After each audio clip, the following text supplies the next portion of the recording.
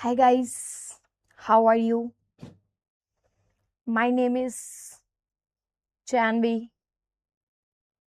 What's about you guys? क्या हाल चाल? Please tell me. Hi.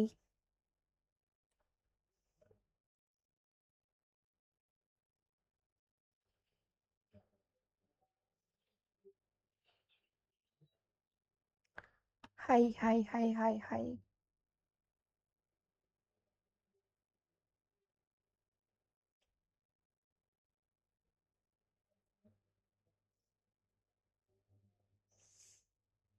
I'm looking cool. I'm looking cool or not? अरे यार मैं डिटेक्टिव बन के आई थी हैं, पहचान लिया तुम लोगों ने? बट हम तो डिटेक्टिव बन के आए थे, मुझे लगा बच्चे पहचानेंगे ही नहीं। कैसा पहचाना तुम लोगों ने मुझे? हैं? कैसे पहचाना मेरे को तुम लोगों ने? इतनी प्यारी बन के आई थी मैं आज, है ना? सुंदर सुंदर सी। Good evening, good evening, good evening, good evening, good evening, good evening. क्या हाल चाल, क्या हाल चाल मेरे रसगुल्लों, मेरे कलेजे के टुकड़ों, मेरे जिगरों, क्या हाल चाल? कैसे हैं आप सभी लोग? आई होप आप सब बढ़िया होंगे, मस्त होंगे, चकाचक होंगे और जोरदार तरीके से अपनी अपनी पढ़ाई में लगे होंगे। तो फटाफट फटाफट सभी लोग आ जाएं, देन स्टार्ट करते हैं हम लोग अपनी आज की क्लास। और आज की क्लास में हमारी जो होने वाला है वो होने वाला है बवाल। बवाल इन द सेंस कि आज हम पढ़ेंगे रस। अब रस के बारे में तो आप लोग को पता है क्या होता है क्या नहीं होता है, पता है कि नहीं पता है? जरा जल्दी से बता दो कमेंट बॉक्स में, रस क्या होता है फटाफट। मैम योर वॉइस अच्छी लग रही थी ना? मैं अच्छी लग रही हूँ।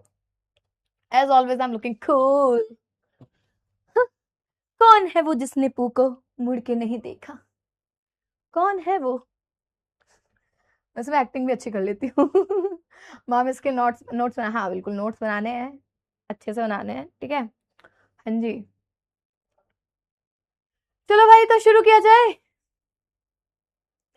शुरू किया जाए क्लास को।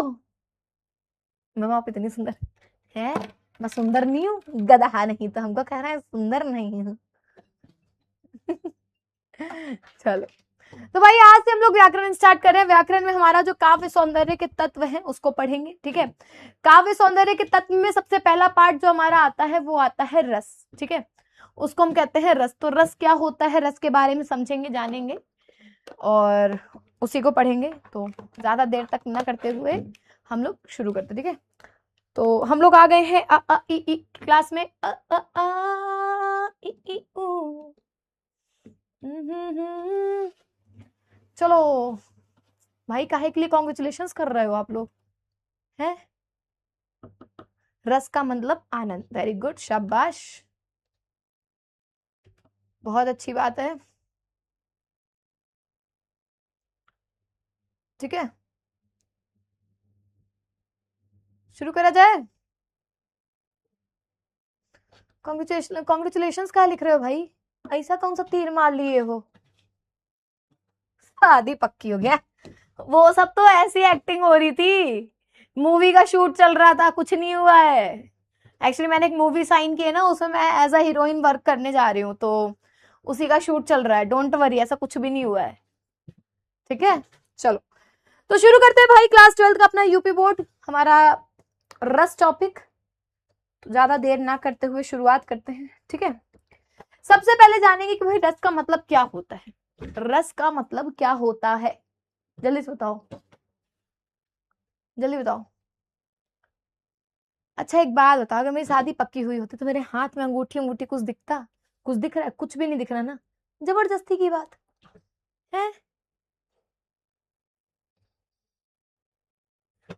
जबरदस्ती की बात कर रहे हो।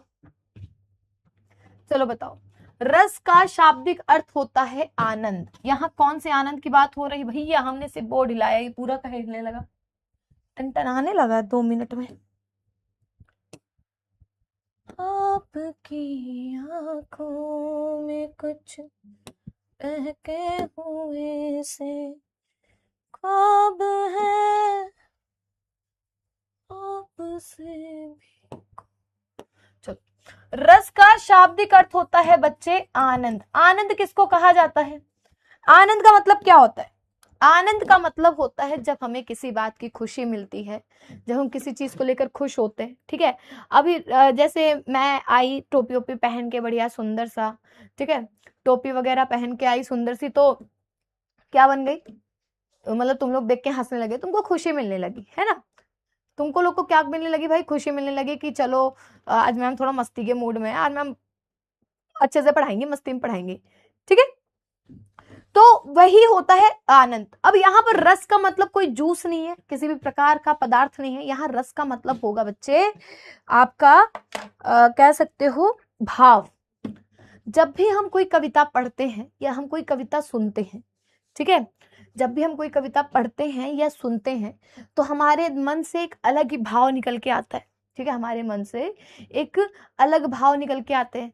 अब जैसे अगर हम उदाहरण लेते हैं तो बहुत सारी कविताएं हैं, ठीक है, बहुत सारी कविताएं हैं। सबसे बढ़िया अगर एग्जांपल दूं तो आप लोग वो वाली सुने होगे ना, बुंदेले हर बोलो के मुंह, हमने सुनी कहानी थी, खूब लड़ी मर्दानी, वो तो झांसी वाली रानी थी, है ना। या फिर आप लोगों ने एक गाना सुना होगा, ये देश है वीर जवानों का, अलबेलों का, मस्तानों का, इस देश का यारो है, इस देश का यारो क्या कहना, ये देश है वीरों का गहना। अब जैसे ही आपने ये गाना सुना आप बोलोगे बगल हटाओ, आज हम जा रहे हैं सीधा बॉर्डर पे, सीधा बंदूक से उड़ा के आएंगे पाकिस्तान को, एक एक आदमी, एक एक भी बचेगा नहीं दुश्मन हमारा, सबको हम उड़ा कर आएंगे, आज कोई नहीं बचेगा, ठीक है। और तुम बड़ा जोश से निकलोगे बाहर, बगल हटो, और जब जाके बाहर देखोगे जेब में पैसे नहीं है तो सीधा अंदर चले आओगे, है ना। लेकिन उस समय जब गाना सुनते ही तुम्हारे मन के अंदर, तुम्हारे अंदर जो जोश है कि यार सब बगल हटो, हमारे आगे कौनो नहीं, हम सबको ऐसी तैसी कर देंगे, तो वही भाव आता है, ठीक है। वो क्या आता है, वही भाव आता है आपके मन में, तुरंत उस समय देशभक्ति जागृत हो गई, आप एकदम से देशभक्त वाले रूप में आ गए, ठीक है। तो ये होता है आपका, क्या होता है बेटा, ये होता है भाव।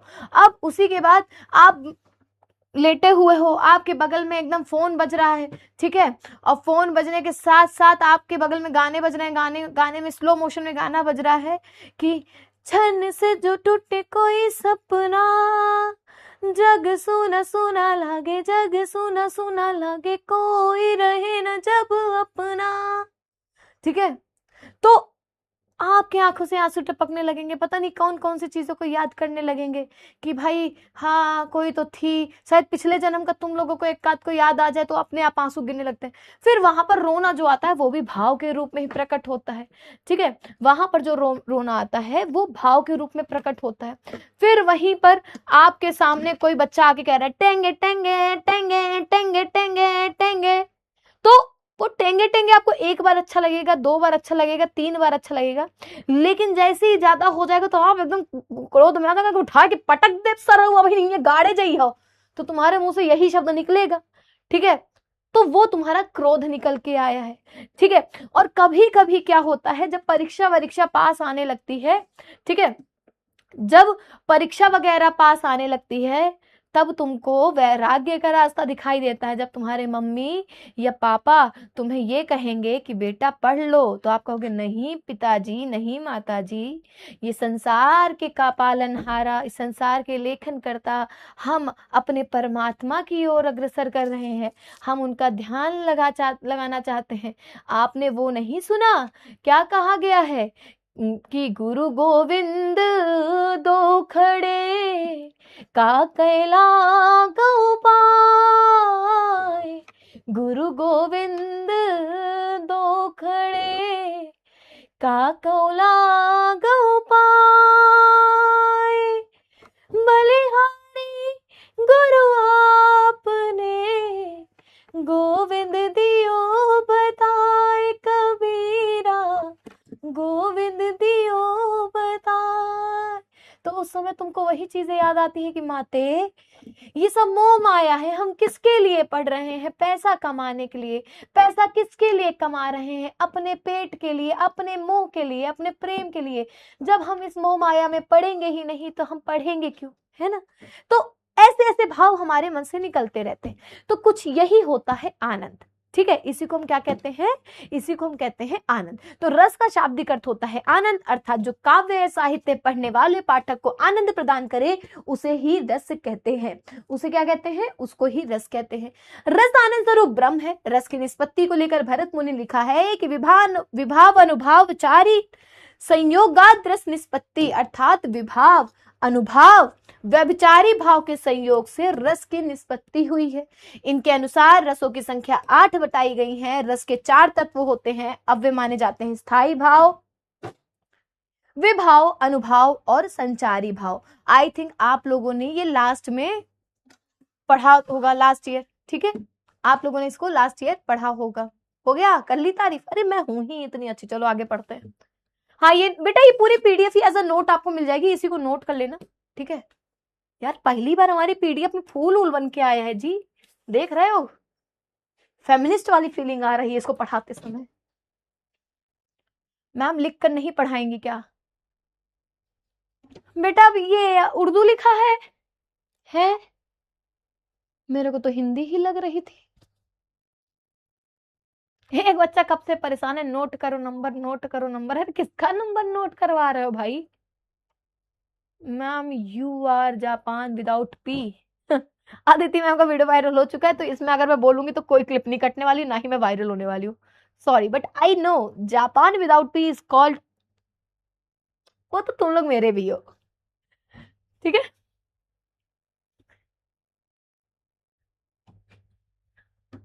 चलो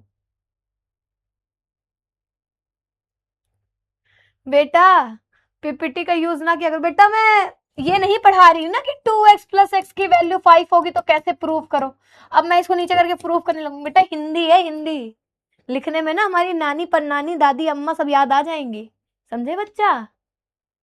हाँ ठीक है, आ जाओ भैया, आ जाओ आ जाओ। क्या चाय कॉफी? चाय है, धन्यवाद। चलो आगे चलते हैं। देखो आपके एग्जाम में ऐसे नहीं पूछा जाएगा, आपके एग्जाम में बस ऐसे पूछा जाएगा रस का मतलब क्या होता है, आप उसको आनंद लिख दोगे, बात खत्म, ठीक है। आप उसको क्या लिख दोगे, आनंद लिख दोगे, बात खत्म। अब आगे हम बात करते हैं, ठीक है। अब आगे हम बात करते हैं अगले क्वेश्चन पे कि अब ये स्थायी भाव क्या होता है, इसके बारे में आपने सुना ही होगा। ये स्थायी भाव हमारे मन में 9 प्रकार के होते हैं। कौन कौन से होते हैं भाई? हमारे मन में 9 प्रकार के होते हैं। रति, शोक, हास, रौद्र, उत्साह, भय, जुगुप्सा और विस्मय। कहोगे मैडम जी एक गायब है, वो जो एक गायब है वो है निर्वेद, जिसको बाद में जोड़ा गया था। पहले 8 बोला गया, बाद में उसको 9 बना दिया गया, ठीक है। निर्वेद ये पता होगा। स्थायी भाव के बाद अगर हम लोग चलते हैं तो आते हैं किस पे,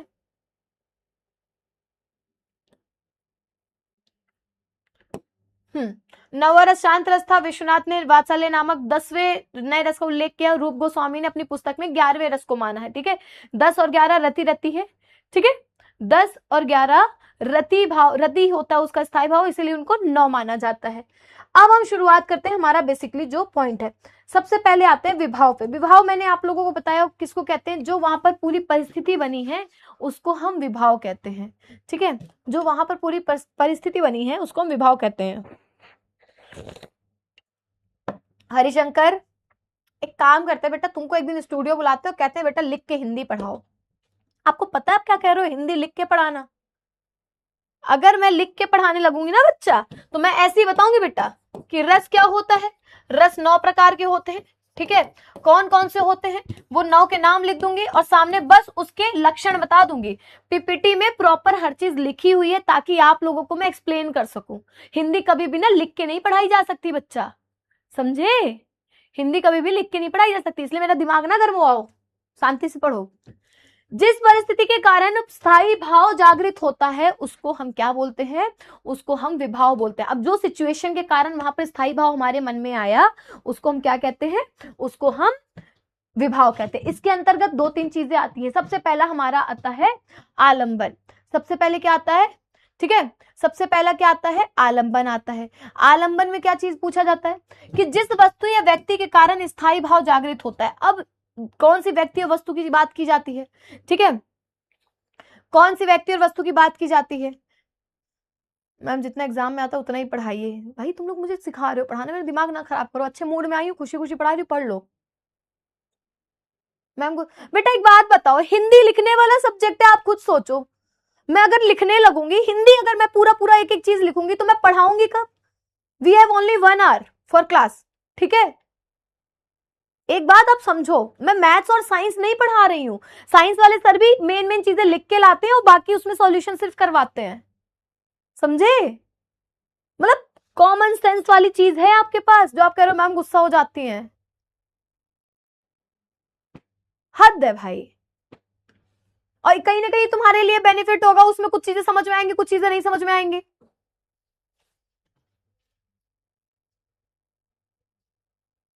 ठीक है, चलो। आलंबन क्या होता है? जिस वस्तु या व्यक्ति के कारण स्थायी भाव जागृत होता है। अब जैसे मैंने यहाँ पर एक उदाहरण लिखा हुआ है, सांप को आप देखोगे तो आपको अपने आप डर लगने लगेगा, आपके मन में अपने आप डर का भाव आ जाएगा। तो किसको देखकर आया? सांप को देखकर आया। वो कौन होता है? वो होता है बेटा आलंबन, ठीक है? अब उसके बाद एक आता है हमारा दूसरा पॉइंट, वो आता है उद्दीपन। ये मैंने ऑलरेडी आप लोगों को लास्ट ईयर में, मतलब लास्ट ईयर आप लोगों ने पढ़ा होगा और ऑलरेडी मैंने बताया भी है। उद्दीपन क्या होता है? जो उसको देख के तो हमारे मन में डर लग ही रहा है, ठीक है? उसको देखकर हमें डर लग ही रहा है, अब उसमें वो और फुफकार रहा है, तो उसके फुफकार को देखकर और हमारी हालत खराब हो रही है, ठीक है? उसको देखकर और हमारी हालत खराब होने लगती है, तो वो होता है उद्दीपन, सांप का फुफकारना। और आश्रय क्या होता है? जिसके मन में ये सारी चीजें घट रही होती है, जिसके मन में ये सब कुछ हो रहा होता है, उसको हम आश्रय कहते हैं, ठीक है? उसको क्या कहते हैं? उसको हम आश्रय कहते हैं। फिर आता है अनुभाव। हमारे मन में उत्पन्न व्यक्त करने जो शारीरिक या मानसिक क्रियाएं होती है उसे अनुभाव कहते हैं। अब यहाँ पर जैसे हमने सांप की बात करी थी बेटा, ठीक है? तो सांप को देखकर हम डरने लगे और डरते डरते क्या होने लगा कि हमारे शरीर के सारे रोए खड़े हो गए, ठीक है? हमें पसीना आने लगा। क्या होता है? हमें पसीना आने लगा। तो वो जो चीजें होती हैं वो होते हैं हमारे अनुभाव, मतलब हमारी जो शारीरिक प्रक्रियाएं होती हैं उसको हम अनुभाव कहते हैं। क्लियर है? क्लियर है? चलो अब हम बात करते हैं स्थायी भाव, संचारी भाव। ये हमारे आते हैं 33 प्रकार के, जो कि इस प्रकार लिखे हुए हैं, ठीक है? पीडीएफ में मिल जाएंगे। आते हैं अपने टॉपिक पर। हमारे सिलेबस में जो दिए हुए हैं वो कौन कौन से? वैसे तो यहाँ 11 बताया गया। जैसे देखो श्रृंगार रस, बेटा श्रृंगार रस का मैं बता देती हूँ, पीपीटी में गलत मिल सकता है। या तो श्रृंगार को आप ऐसे लिख सकते हो, लेकिन ये भी कहीं ना कहीं गलत माना जाता है। सही लिखने का तरीका ये होता है, ठीक है? तो अगर किसी को पीपीटी में ये वाला ना मिले तो परेशान नहीं होना, मैं पहले ही बता रही हूँ, ठीक है? टाइपिंग मिस्टेक हो रखी है काफी। श्रृंगार रस आपका ऐसे लिखा जाएगा। क्लियर? एग्जाम में आपको श्रृंगार ऐसे लिख के आना है। श्र पे जो रेफ की मात्रा लगी रहती है उसको आप लोगों को नहीं लगाना है, ठीक है? श्रा पे जो रेफ की मात्रा लगी रहती है उसको आपको नहीं लगाना है। क्लियर है? ये आपके 11 हैं। श्रृंगार रस का रति होता है, हास्य का हास होता है, रौद्र का क्रोध होता है, करुण का शोक होता है, वीर का उत्साह होता है, अद्भुत का आश्चर्य, विस्मय, विभत्स का घृणा, जुगुप्सा भयानक का भय, शांत का निर्वेद, वात्सल्य का भी स्नेह रति के अंतर्गत आता है, भक्ति का भी रति के अंतर्गत आता है। क्लियर है? क्लियर है? हाँ, हो गया? चलो आगे बात करते हैं बेटा श्रृंगार रस की। देखो यहां पर वही चीज देखी गई है, ये रेफ की मात्रा को ना गायब ही कर देती हूं मैं।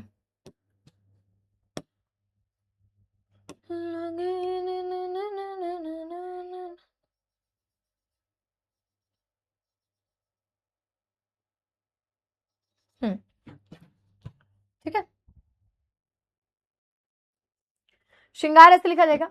तो नाट्य शास्त्र में बेटा श्रृंगार की जो परिभाषा है वो उज्जवल रस के नाम से जानी जाती है। साथ ही साथ उसको श्रृंगार रस के अलावा उसको हम लोग मधुर रस के नाम से भी जानते हैं। उसको रसपति या रसराज भी कहा जाता है, ठीक है? रसपति या रसराज भी कहा जाता है। अब श्रृंगार रस के अंतर्गत दो चीजें आती हैं, संयोग श्रृंगार और वियोग श्रृंगार। सबसे पहले समझो पेपर में प्रश्न कैसे आएगा। आपके पास प्रश्न आएगा संयोग श्रृंगार की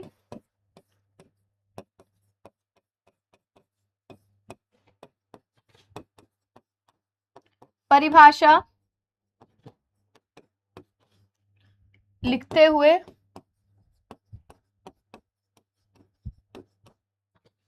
एक उदाहरण दे।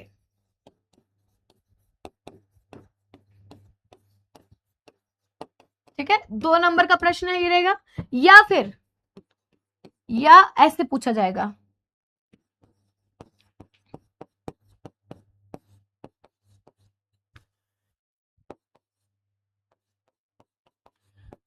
अरे यार वर्ड जुड़ जा रहे, 1 मिनट बच्चा। हाँ, वियोग श्रृंगार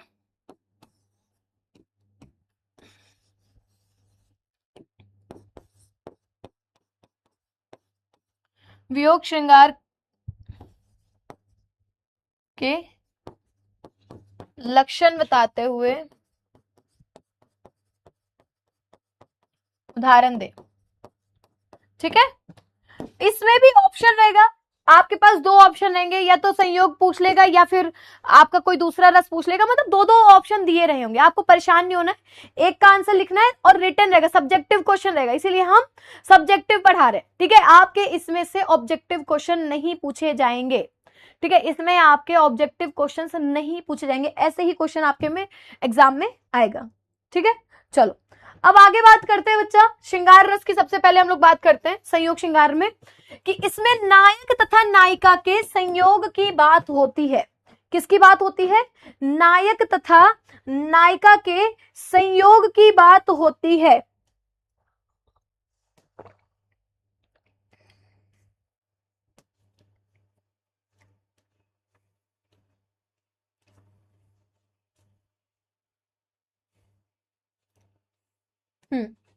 यहां से समझो। ठीक है, इसमें नायक तथा नायिका के संयोग की बात होती है। सबसे पहले संयोग विचार, जहां पर नायक नायिका के बीच के मिलन का भाव दिखाया जाता है वहां संयोग श्रृंगार रस होता है। अब जैसे एक उदाहरण हम लेते हैं कि एक जंगल है तेरी आंखों में जहां मैं राह भूल जाता हूं। बहुत प्यारा सा उदाहरण है कि एक जंगल है तेरी आंखों में जहां मैं राह भूल जाता हूं, तू किसी रेल सी गुजरती है, मैं किसी पुल सा थरथराता हूं। ठीक है, तो ये यहाँ पर संयोग श्रृंगार रस दिखाया जा रहा है। अगर हम लोग अपने बुक के एग्जाम्पल लेंगे तो हमारी बुक में एक चैप्टर है श्रद्धा मनु, जिसको मैंने पढ़ाया था।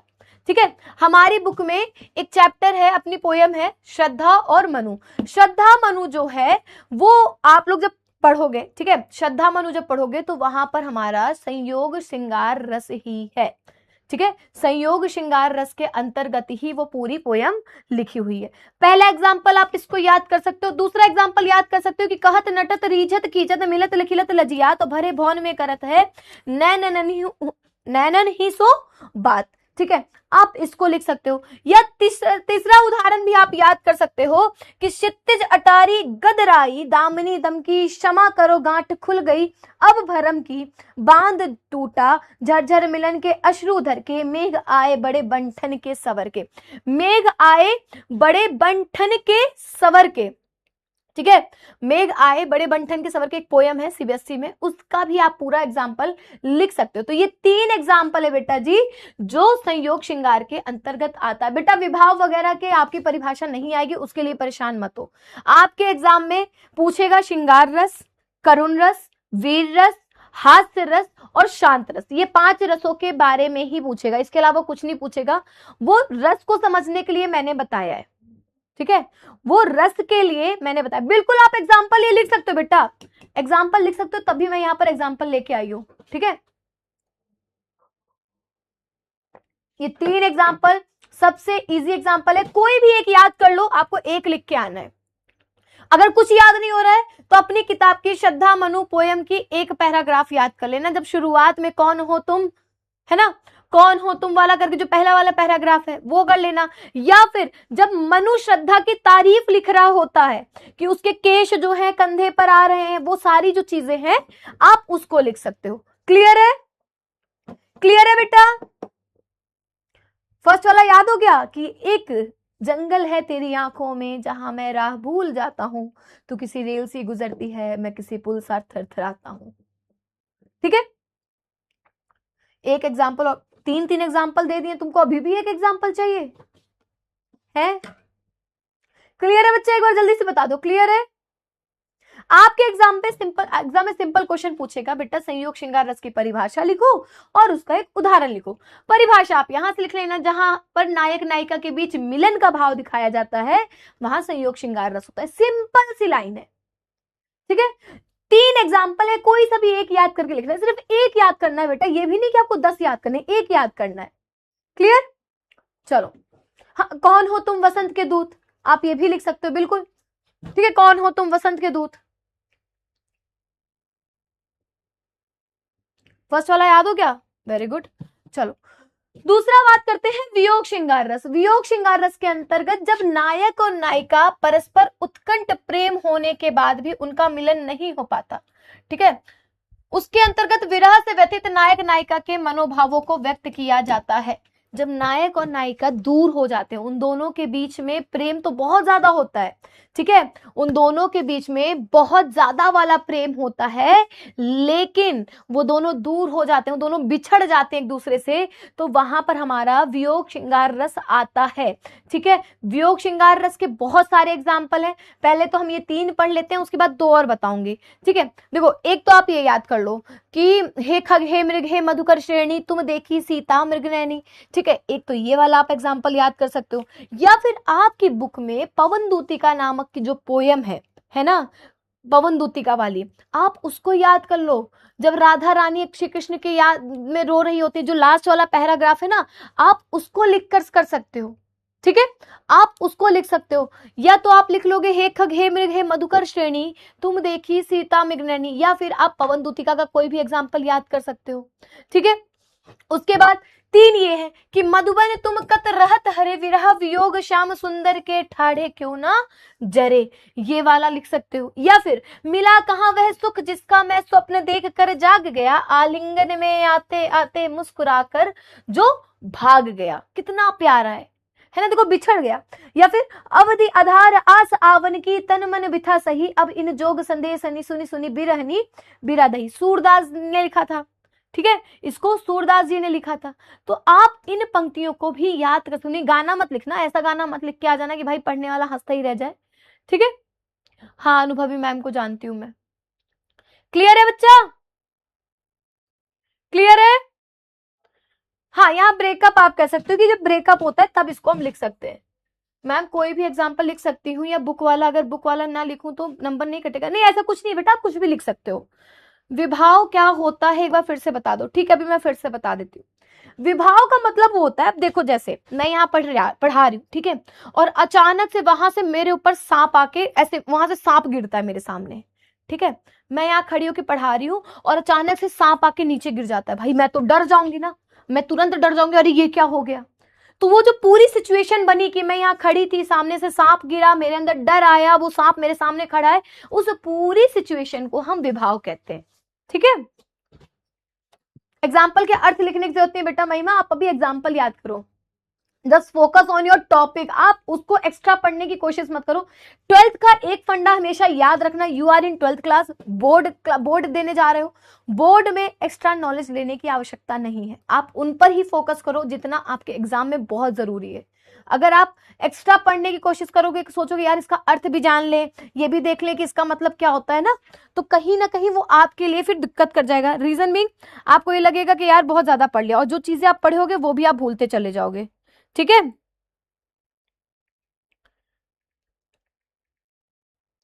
समझे? तो उतना ही पढ़ो बच्चा बोर्ड में जितना जरूरी है,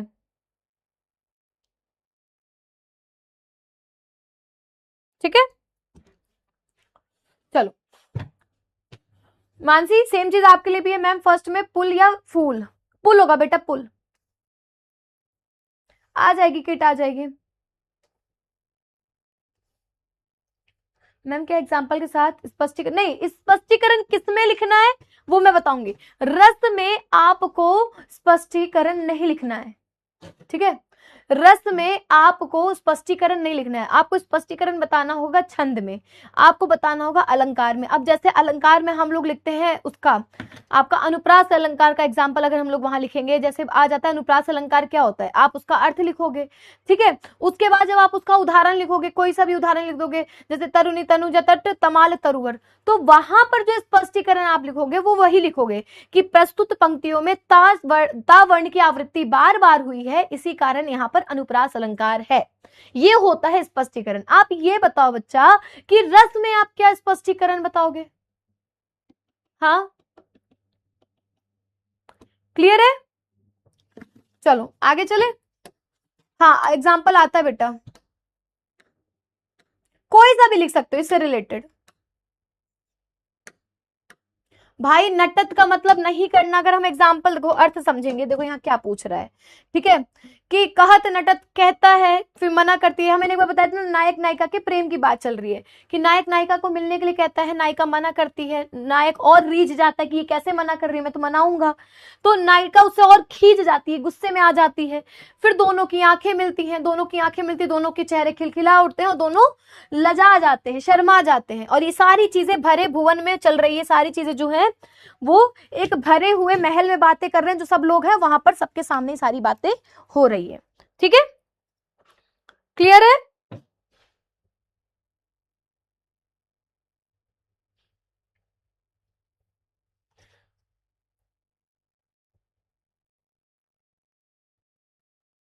क्लियर है बच्चा? ठीक है, ऐसी बाकी इनका आप लोगों को अर्थ लिखने की आवश्यकता नहीं है। देखो मैं उतना ही पढ़ाऊंगी, बता रही हूं आप लोगों को जितना आप लोगों के लिए जरूरी है। मैं नहीं चाहती कि आप लोग फालतू की चीजों में टाइम पास करोगे या फिर फालतू में इसका अर्थ वगैरह याद करोगे। अर्थ याद करने का कोई मतलब नहीं है। ठीक है, चलो तो ये 3 एग्जाम्पल हो गए आपके वियोग श्रृंगार के। अगला हमारा आ जाता है इसमें हास्य रस। हास्य रस क्या होता है? जब किसी की वाणी, वेशभूषा, विकृत आकार के कारण मन में हास्य का भाव उत्पन्न हो। जब हम किसी की कुछ बातें सुनते हैं या किसी की वेशभूषा अटपटंगी सी देखते हैं या किसी की अजीब चीजें देखते हैं या कोई ऐसी कविता या गाना सुनते हैं जिसको सुनकर हंसी आए, ठीक है, जिसको सुनकर क्या है बेटा, हंसी आए, तो वहां पर हास्य रस की उत्पत्ति होती है। वहां पर बेटा जी हास्य रस होता है। ठीक है, वहां पर क्या होता है, वहां पर हास्य रस होता है। अब हास्य रस कैसे होगा? उदाहरण कि यदि पढ़ने की बात कही तो पोथी फाड़ जला दूंगा, कलम तोड़ दावत फोड़, दवात फोड़, स्याही तुझे पिला दूंगा। अब देखो ये कोई मतलब हुआ है? ये कोई मतलब हुआ यहाँ पर? बताओ, वो धमकी दे रहा है, ये क्या कर रहा है कि यदि पढ़ने की बात कही तो पोथी फाड़ दूंगा। अगर तुमने मुझे पढ़ने के लिए कहा तो मैं किताबें फाड़ दूंगा, चीर दूंगा, तोड़ दूंगा और कलम तोड़ दूंगा, दवात फोड़ दूंगा, जो स्याही है वो तुझको ही पिला दूंगा। ठीक है, तो ये पहला उदाहरण। या फिर दूसरा उदाहरण कि पैसा पाने का तुझे बतलाता हूं प्लान, कर्ज लेकर बैंक से हो जा अंतर्धान। इसको लेकर सीरियस मत जाना, नहीं बैंक वाले मेरे को पकड़ने आ जाए, मैम ने भेजा इनके। ठीक है, अब देखो इसको पढ़ के हमें हंसी आई ना, हम इसको पढ़ के हमें क्या हुआ, हंसी आई कि पैसा पाने का तुझे बतलाता हूं मैं एक प्लान, कर्ज लेकर बैंक से हो जा तू अंतर्धान। ये हो गया। ठीक है, तो या फिर तीसरा कि लाला की लाली यूं बोली, सारा खाने ये चर जाएंगे, जो बच्चे भूखे बैठे हैं वो क्या पंडिताइन जी को खाएंगे। ठीक है, तो आप ये उदाहरण भी याद कर सकते हो। इतने प्यारे प्यारे तो उदाहरण लेके आई हूं, आपको याद कर सकते हो ना, ये तो है, ये सारे उदाहरण याद हो जाएंगे। हाँ, याद हो जाएंगे उदाहरण। क्लियर है? वियोग श्रृंगार में अरिजीत सिंह का गाना नहीं लिखना है बच्चे। नहीं, एग्जामिनर तुम्हारे घर आके तुमको अरिजीत सिंह के गाने सुनाने लगेगा। ठीक है, ये याद हो जाएगा। चलो ये हो गया आपका हास्य रस। अब आगे अगर हम बात करते हैं और किस चीज की, तो अगला हमारा आता है करुण रस। अब इसमें ध्यान से सुनिएगा, ठीक है। करुण रस में जब हमारा कोई प्रिय व्यक्ति, कोई प्रिय वस्तु या कोई भी प्रिय चीज हमसे सदैव के लिए दूर हो जाए, ठीक है, सदैव के लिए, ध्यान से सुनिएगा मैं क्या बोल रही हूं। करुण रस में जब कोई चीज सदैव के लिए दूर होती है तो वहां पर करुण रस होता है, ठीक है, शोक रस होता है। क्लियर? किसी प्रिय व्यक्ति के चीर विरह, बंधु विनाश या प्रिय व्यक्ति की मृत्यु से जो दुख या शोक उत्पन्न होता है वहां पर करुण रस होता है। कई बच्चे कंफ्यूज रहते हैं कि मैम वियोग श्रृंगार में भी तो ऐसा होता है, लेकिन वियोग श्रृंगार में बेटा उस प्रिय वस्तु या व्यक्ति के मिलने की संभावना होती है, लेकिन यहाँ पर उसकी संभावना नहीं होती। जैसे आपका पहला उदाहरण कि ए मेरे वतन के लोगों जरा आंख में भर लो पानी, जो शहीद हुए हैं उनकी जरा याद करो कुर्बानी। आप ये वाला उदाहरण बिल्कुल लिख सकते हो, रट्टा होगा सबको। ठीक है, ये एग्जाम्पल आपको सबको याद होगा। या फिर कि अभी तो मुकुट बंधा था माथ, हुए कल ही हल्दी के हाथ, हाय रुक गया यही संसार बना सिंदूर का अंगार। जब उनके पति की मृत्यु हो जाती है ना, उस चीज की। या फिर कि दुख ही जीवन की कथा रही, क्या कहूं आज जो कही नहीं, कि दुख ही जीवन की कथा रही, अब क्या कहूं जो अभी आज तक नहीं कही मैंने। ठीक है, तो ये आपके 3 एग्जाम्पल हैं जो कि आप करुण रस के अंतर्गत लिख सकते हो। क्लियर है बेटा? जल्दी बताइए, क्लियर है? एक तो बिटिया अंजलि है, शी कंटिन्यूअसली कमेंट कर रही है कि टीचर चेंज टीचर चेंज। बेटा टीचर चेंज हो जाएंगे ना, दिक्कत आप लोगों को होगी, ये तो बीच में मैं हटूंगी, ठीक है? हाँ, डेफिनेशन बिल्कुल आप अपने से बना के लिख सकते हो। मैं तो कहती हूँ पेपर में ही खुद से लिखना सीखो, याद करके रट्टा मार के कोई मतलब नहीं है, वो समझ जाएगा एग्जामिनर याद करके आया रट्टा मार के आए। खुद से लिखोगे उसको समझ में आएगा बच्चा पढ़ के आया, समझदार है, समझ के कर रहा है हर चीज, ठीक है? और जो बच्चे कह रहे हैं ना टीचर चेंज, तो बेटा टीचर चेंज हो जाएगी ना, दिक्कत आपको होगी, तो बीच में सारी गड़बड़ होंगी, नए टीचर को आने में टाइम लगेगा, सिलेबस पीछे हो जाएगा, और फिर उनका समझ नहीं आया तो नुकसान तो आपका ही ना। वो और खराब पढ़ाए तो मैं तो चलो खराब पढ़ा रही हूँ, वो मुझसे और भी ज्यादा खराब पढ़ाए तो अब बोलो। इसलिए जो मिलता है उसमें खुश रहना चाहिए, ज्यादा अच्छे की उम्मीद नहीं करनी चाहिए, ज्यादा अच्छे में और भी चीजें खराब हो जाती हैं, ठीक है? श्रेयांश यादव भी कह रहा है टीचर चेंज।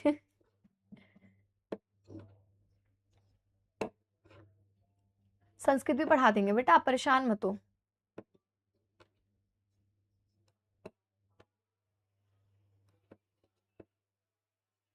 क्लियर है?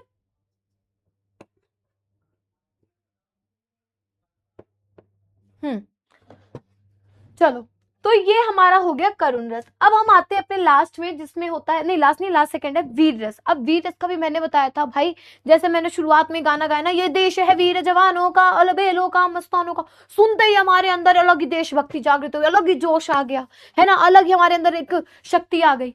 तो जब शत्रु के उत्कर्ष को मिटाने, धर्म का, दीनों का उद्धार रुकने में जो उत्साह कर्म क्षेत्र में प्रवृत्त रखता है, वह वीर रस कहलाता है। मतलब जब हमारे अंदर उत्साह आ जाता है, पराक्रम आ जाता है ना, जोश आ जाता है, तो वहां पर क्या होता है, वहां पर हमारा वीर रस आता है। कौन सा रस आता है बेटा जी?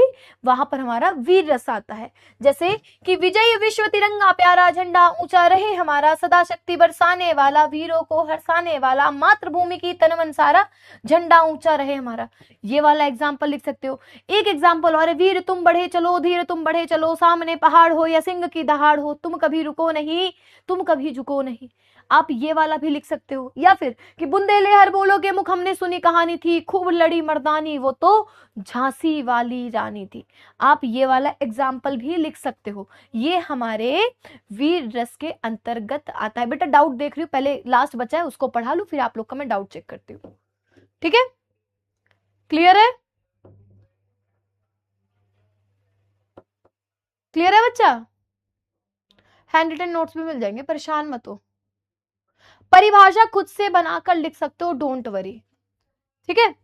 चलो लास्ट आता है हमारा, या फिर तीसरा एग्जांपल और है कि वह खून कहो किस मतलब का जिसमें उबाल का नाम नहीं, वह खून कहो किस मतलब का जो आ सके देश के काम नहीं, वह खून कहो किस मतलब का जिसमें जीवन ना रवानी है, जो परवश होकर बहता है वो खून नहीं है पानी है। भाई क्या जोश आई इस शायरी को पढ़ के, ठीक है? तो ये वो 3 एग्जाम्पल है जो वीर रस के अंतर्गत आते हैं। अब आते हैं अपने सबसे लास्ट टॉपिक जो हमारा एग्जाम में आएगा, वो क्या है?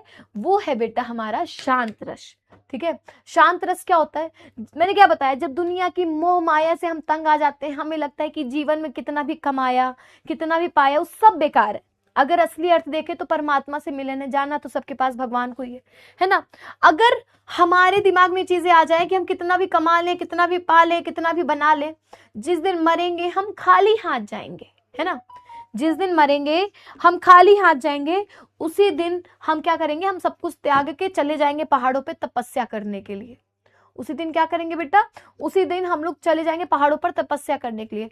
तो वही कहलाएगा हमारा वैराग्य, कि संसार के प्रति उदासीनता का भाव व्यक्त होता है। भक्ति संबंधी रचनाओं में शांत रस होता है, ठीक है? जब हम देश अपने संसार की मोह माया से दूर अपने आप को वैराग्य की ओर ले जाते हैं, तब हमारा क्या आता है बेटा?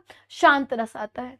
क्लियर है? क्या आता है बेटा? शांत रस आता है। जैसे दया कर दान विद्या का हमें परमात्मा देना, दया करना हमारी आत्मा में शुद्धता देना, पहला एग्जाम्पल। या फिर आप लिख सकते हो कि मेरे मन अनंत कहाँ सुख पावे, जैसे उड़ी जहाज को पंछी फिरी जहाज को आवे। ये मैंने पढ़ाया था कबीर के दोहे में, ठीक है? आपने सीबीएसई के स्टूडेंट्स को पढ़ाया था। या फिर पानी केरा बुध बुधा असमान उसकी जात, और देखत ही छिप जाएगा क्यों तारागण प्रभात।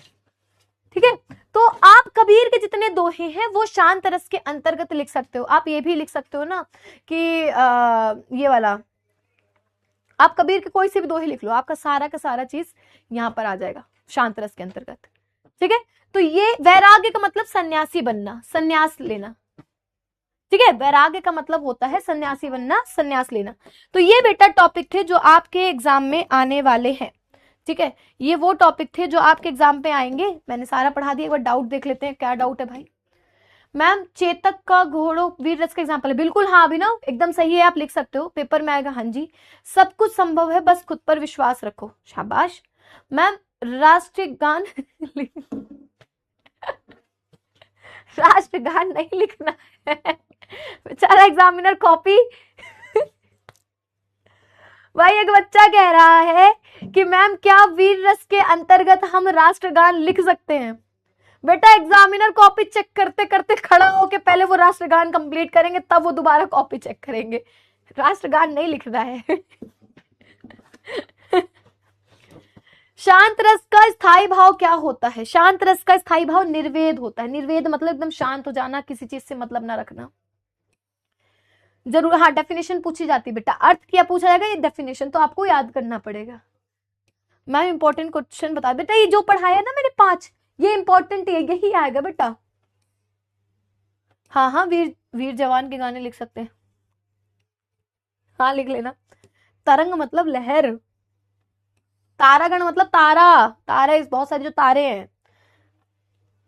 मैम जब समझ में नहीं आएगा, समझाने नहीं आएगा तो जोश कैसे आएगा? तुमको कौन से गाने में जोश आ जाएगा बताओ, वो गाना बताओ, उसको लिख देना, बट देशभक्ति भक्ति से रिलेटेड हो। 2 नंबर का पूछा जाता बेटा। हाँ कोई भी बुक के आप पोएम लिख सकते हो, पर वो वीरता के ऊपर हो। ठीक है मैम, रस कितने होते हैं? वैसे एग्जाम में अगर पूछा जाता है कि रस कितने प्रकार के होते हैं तो 9 लिखा जाता है। जो लास्ट के 2 रस है हम उनको रसों के अंतर्गत नहीं गिनते। क्यों? क्योंकि वो स्थायी भाव जो होता है उन दोनों का सेम होता है श्रृंगार रस के उसमें, रति। ठीक है, वैसे तो 11 है लेकिन लिखा 9 जाता है। प्रवृत्ति किसमें का पूछे हो तुम? क्षेत्र में प्रवृत्त रखता है, उत्साह कर्म क्षेत्र में प्रवृत्त रहता है, मतलब आगे रहता है सारी चीजें, मतलब वो सबसे आगे, क्या नाम है, देश के लिए सबके लिए आगे आगे बढ़ता है ना, प्रवृत्त रहता है, एक्टिव रहता है, कह सकते हो। ठीक है, ये अच्छा क्वेश्चन था। मैम जो ये बोल रहा है कि ना आपका अच्छा नहीं पढ़ा रही हो, वो खुद अच्छा नहीं होगा इसलिए बोल रहा है। अरे जाने दो। हाँ जैसे देह है घोड़े जैसी चाल, तरबूजे की खोपड़ी खरबूजे से गाल, हाथ से रस, हाँ बिल्कुल लिख सकते हो। एग्जाम्पल का अर्थ नहीं आता बेटा।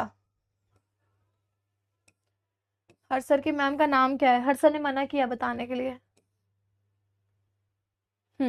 बिल्कुल सही है वर्मा, क्या नाम है, वरेमा, सही है बेटा, वरामा, नाम ही बड़ा अजीब सा है। उदासीनता मतलब उदास रहना। ठीक है, नहीं आप लोग श्रृंगार रस ज्यादा अच्छे से याद करो, श्रृंगार रस और करुण रस इनसे ज्यादा पूछा जाता है। नहीं नहीं बेटा, ये करुण रस का एग्जाम्पल नहीं है। हे खग हे मृग हे मधुकर श्रेणी तुम देखी सीता मृग नैनी, बेटा ये आपका वियोग श्रृंगार रस का एग्जाम्पल है। अगर आप करुण रस का पूछना चाहते हो तो आप ये लिख सकते हो कि मणि खोए भुजंग सी जननी, फनसा पटक रही थी शीश, अंधी आज बनाकर मुझको किया न्याय तुमने जगदीश। आप ये वाला एग्जाम्पल लिख सकते हो। ठीक है, क्या समझ नहीं आया?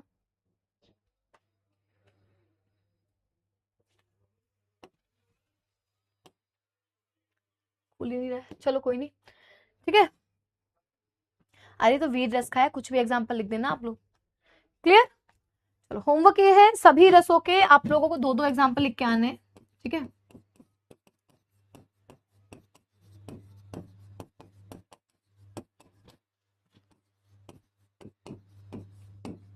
एक बच्चा कह रहा था मैम को लिखना नहीं आता इसलिए मैम लिखती नहीं है। ये मैं उर्दू लिख रही हूँ है?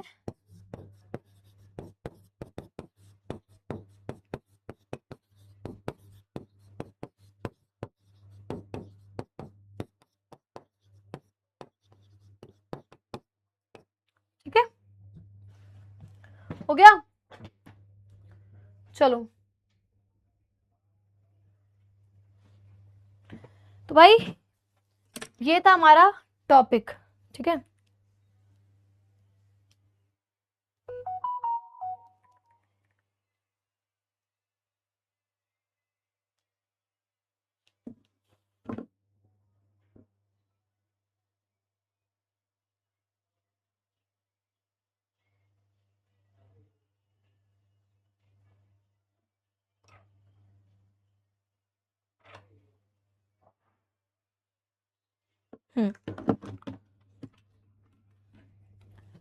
चला जाए गाना। ठीक है, एक गाना तुम लोगों के लिए मैंने सोचा था, उसको गा सकते हैं, ठीक है। दिल करता है तेरी बातें सुनूं, सौदे में अधूरे चुनूं, मुफ्त का हुआ ये फायदा, क्यों खुद को मैं बर्बाद करूं, फना हो के तुझसे मिलूं, इश्क का अजब है कायदा, तेरी राहों से जो गुजरी है मेरी ये डगर, मैं भी आगे बढ़ गया हूँ के थोड़ा बेफिक्र, कहो तो किससे मर्जी लूं, कहो तो किसको अर्जी दूं, हंसता अब थोड़ा फर्जी हूँ, ये तूने क्या किया, फिरूं मैं मारा मारा मैं, चांद से बिछड़ा तारा मैं। तो ये सारा तुम लोगों के लिए था, ठीक है। चलो गाइस, तो डिटेक्टिव पूजा चलती है, ठीक है। मिलेगी आप लोगों से अगली बार, अगली क्लास में। डिटेक्टिव पूजा की बातें याद रखना, किसी को सारी चीजें बतानी नहीं है, okay. Bye bye, good night, take care, love you all, Radhe Radhe, sayonara.